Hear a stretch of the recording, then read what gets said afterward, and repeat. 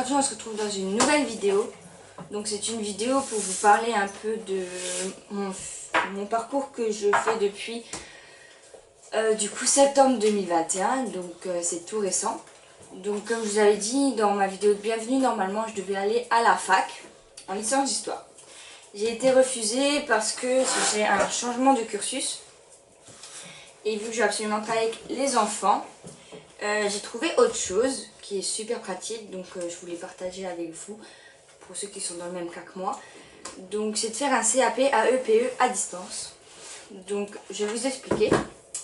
Donc moi en fait je me suis inscrite sur la plateforme Espace Concours. J'ai fait tout par téléphone pour payer en 10 fois. Donc 10 fois sans frais. Donc la formation était à 998 €. J'ai pris celle du milieu, j'ai pas pris celle à 500 parce que 500 c'est quand on n'a pas d'expérience. Quand on n'est pas déjà dans le milieu professionnel, faut pas, et puis il n'y a pas de suivi derrière. Moi j'ai un petit peu je suis un peu dans ce milieu professionnel parce que j'ai fait animatrice pour enfants, dans des périscolaires, dans des centres de loisirs, etc. Du coup, vu qu'il n'y a pas de suivi, j'ai voulu prendre celle du milieu parce que il y a 2 cours en visio. Il y a un cours, un vendredi sur 2 si vous voulez, donc un cours tous les 15 jours en visio. En général, moi c'est les vendredis de 14h15 à 15h15. Si je peux pas y participer, tout simplement je regarde le replay qui vient une semaine après.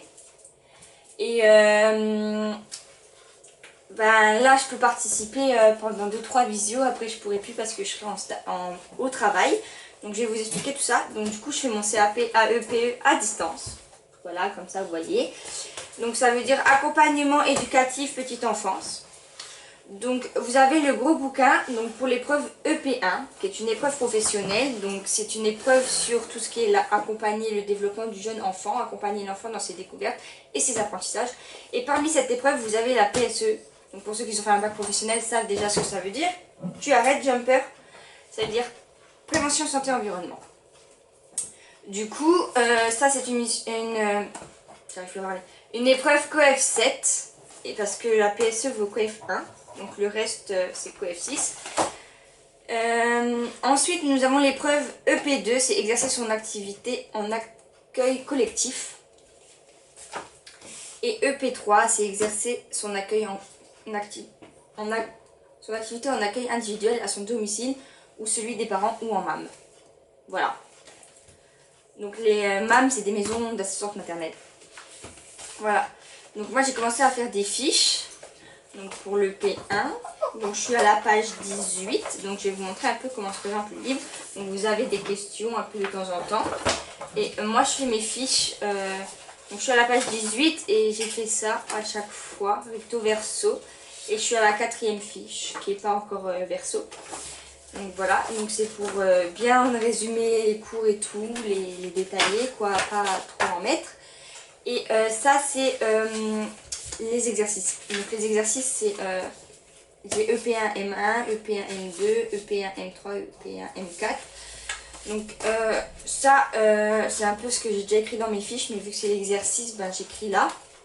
Comme ça, voilà. Ensuite EP2, j'ai fait une fiche pour l'instant, pas entière. Donc elle est recto et un peu verso. Donc j'ai pas tout écrit. Donc c'est communiquer avec l'enfant, comment faire, etc. Donc j'ai commencé seulement. Et EP3, j'ai pas fait de fiche. Encore. Jumper, tu te calmes. Et EP3, j'ai pas encore fait de fiche. Mais je vais vous montrer plus en détail si vous voulez une autre vidéo là-dessus. Donc si vous voulez même une vidéo sur certains cours, etc. Je pourrais vous en préciser et tout ça. Donc par exemple là, pour aller vite, le P3, vous avez la date de durabilité minimum, donc ça s'appelle la DDM. Donc c'est pour le suivi de l'état des stocks, la date de durabilité minimale, les aliments, le gaspillage, vous avez des définitions sur le gaspillage. Vous avez élaboré le cadre organisationnel et conventionnel de l'accueil. Vous avez plein de choses. Ensuite, vous avez même des étiquettes.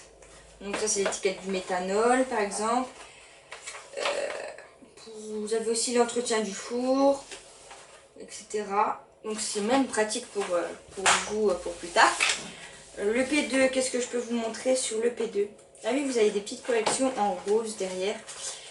Le P2, ben, comment parler aux jeunes enfants, que faire pour être mieux compris par l'enfant, etc. Donc vous avez plein de petites questions comme ceci. Après, vous pouvez vous-même répondre à des questions comme je vous ai montré. La simulation de la communication, accompagner l'enfant dans le développement du langage.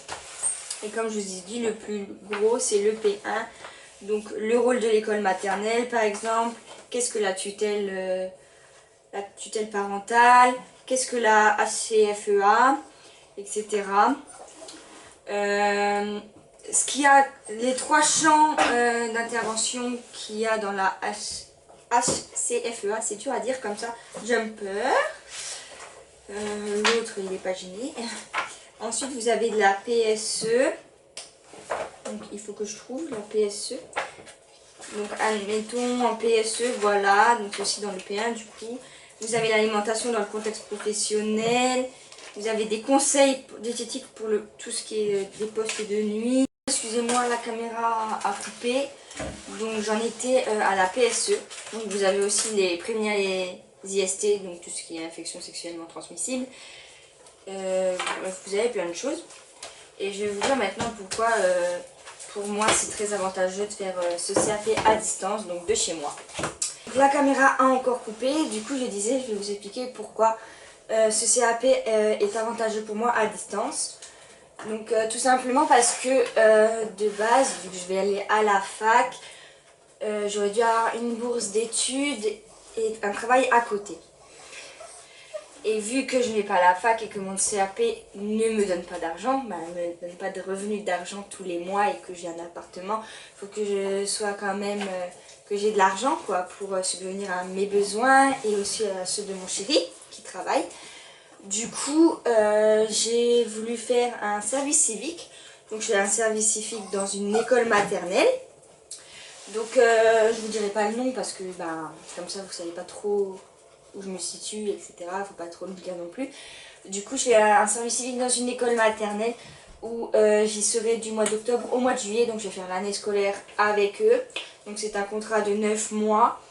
J'ai un 24 heures semaine, c'est le minimum. Et parce que dans leur école, ils travaillent que 24 heures. Donc, je pouvais pas faire plus. Ensuite, du coup, mon service civique me sert de stage pour mon CAP parce qu'il y a 2 stages en CAP. Un stage de 7 semaines chez les 3-6 ans et un stage de 7 semaines chez les 0-3 ans. Du coup, vu que mon service civique me sert de stage pour mon CAP, j'ai plus le stage des 3-6 ans. Déjà, je l'aurais peut-être pas eu avec l'expérience déjà professionnelle que j'avais depuis 2019 au sein des enfants. Mais je dois faire mon stage en crèche qui a été réduit de 7 semaines à 4 semaines, donc j'ai plus qu'un stage de 4 semaines à réaliser chez les 0-3 ans, en crèche ou ailleurs, où il y a des enfants de 0-3 ans. Mais moi j'ai décidé de le faire en crèche. Du coup voilà, donc au lieu de faire 7 semaines de stage, j'en aurai que 4. Voilà, que je vais faire mon stage vers janvier-février, parce qu'on m'a dit de le faire vers janvier-février, que c'était important de le faire vers janvier-février. Désolée, mon chien est pénible, donc si vous entendez des petits bruits derrière, c'est lui. Du coup voilà. Je pense que je vous ai un petit peu tout dit. Je vous ferai plusieurs vidéos aussi. Donc quand on aura l'appartement, avec mon copain, on fera une vidéo, un room tour. Donc je vous ferai une vidéo quand bien sûr on se sera vraiment installé. Je vais pas vous faire une vidéo avec l'appartement vide.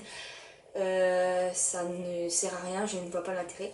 Du coup je vous ferai une vidéo quand on se sera installé. Donc voilà. Et puis je vous laisse avec les prochaines vidéos. Salut!